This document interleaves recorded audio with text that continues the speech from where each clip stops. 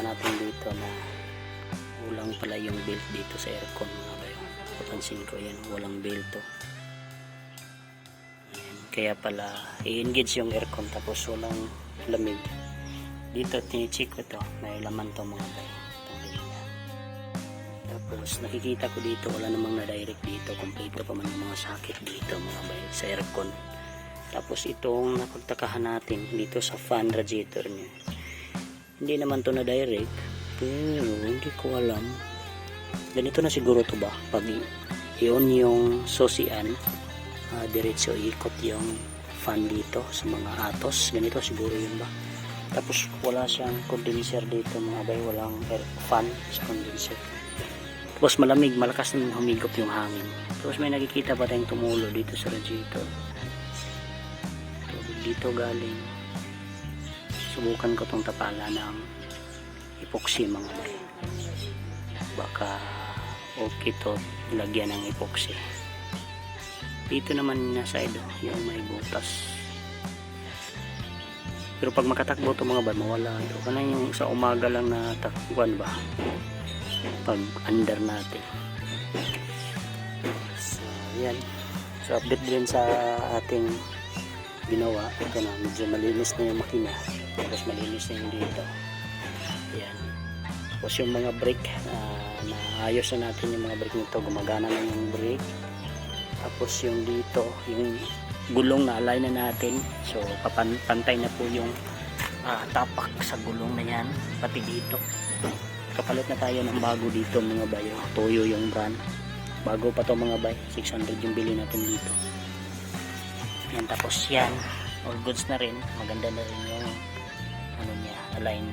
So tayo lang nag-align mga bay. In-adjust lang natin yung sa ilalim. Tapos yung tie rod din. Yun lang. Tapos dito sa loob.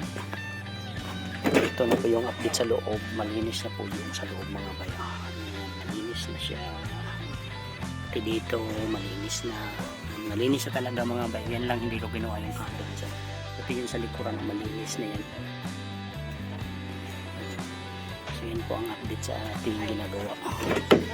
Yan dito malinis na. May cover pa yan dito sa ilalim, nilabhan ko, hindi ko pa nakabit.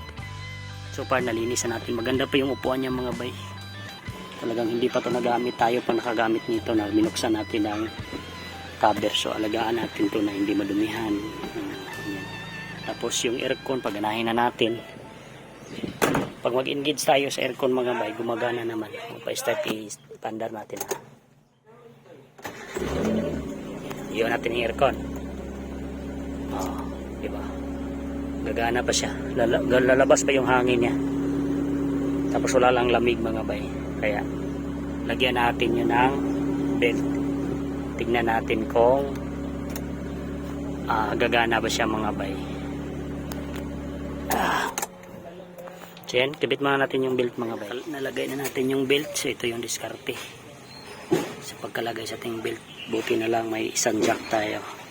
So yun po ang pag-align doon sa kanyang adjuster. Mahirap pala magkabit ng aircon belt mga bay sa mga Hyundai Atos. Grabe, nahirapan talaga ako dito mga bay. Mga bay, bumigay yung aircon kulya. Kaya pala sira na pala to mga bay. Kaya hindi to nilagyan ng belt. Ayan. Malapit nang matanggal. So bibilan na natin to. May binta naman to mga bay. So tapos dito yung linya sa aircon nawala. Hindi nilagyan. Kaya papalitan, bilhan muna natin to ng fuse dito. Ayan ito na mga fuse mga bayo. Ito na mga fuse. Wala kasi ito. Tigas. Yan. Pero wala mang linya to mga bay. Hindi rin makakabitan to. Walang linya man. Tinanggalan siguro to ng linya. Kasi nakalagay dito. Ay, ito pala yung sa aircon. Tama pala to. Paglam kasi to. Una. Aircon. Okay. So, meron pala yung sa aircon. Kala ko wala. Tanggalan natin yung sira mga bay.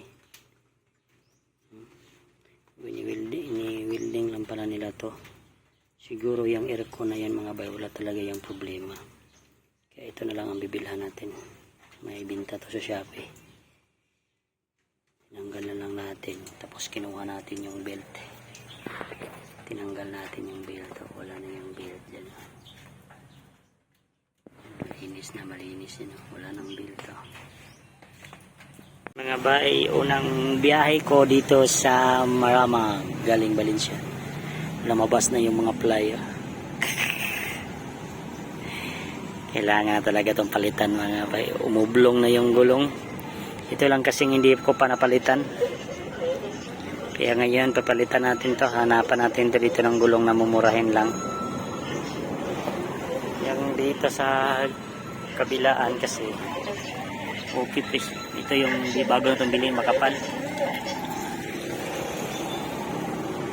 So wala tayong magawa niya no? Ano? Loy, aligira kahit tangan. Yes. Wala na mao. Wala bulong ang ligiray, wala na mao. So sa ngatong ipauli tanawa. Partiga pong upawa. Gapi klaro. I-side lang ning kuan dapit ya kaning murag dili kayo pahak. Diri may pagaw. Oh kaning may pagawas na to, no? Ay pagawas ka. Magani dili ra kay kulay yung vulcanizing.